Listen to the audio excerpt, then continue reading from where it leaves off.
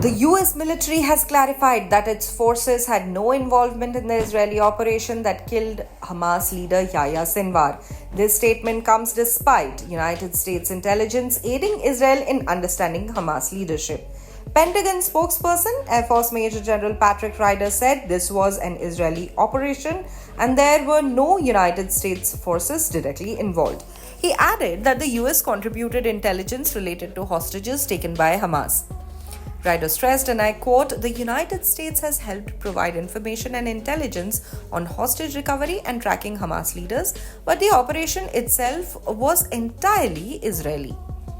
These remarks follow President Joe Biden's statement acknowledging US special operations and intelligence personnel ordered to assist Israel after Hamas's October 7 attack. Yahya Sinwar was a mastermind behind Hamas's October 7 assault on Israel. His death has sparked hopes for a ceasefire and hostage negotiations long pursued by Biden. However, achieving such an outcome remains uncertain as multiple crises unfold in the Middle East. Biden's peace efforts are complicated by Israel's ongoing conflict with Hezbollah in Lebanon and the possibility of retaliatory action against Iran, which supports both Hezbollah and Hamas. This adds further complexity to any potential negotiations.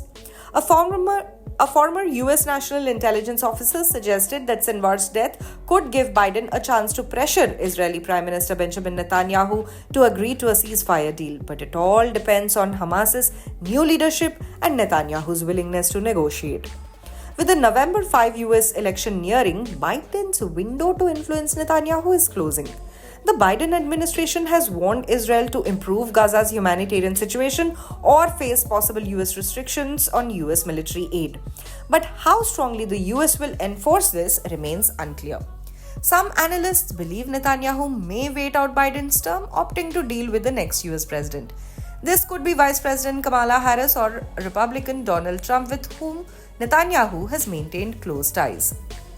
The White House, meanwhile, has not commented on the challenges Biden is facing. A former State Department official expressed doubt that Netanyahu would respond to new pressure from Biden to resume Gaza talks.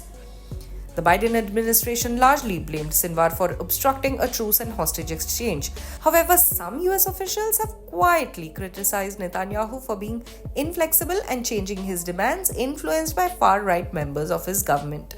After Sinwar's death, Netanyahu quickly declared the score was settled with Hamas but emphasized the war in Gaza would continue until hostages are returned.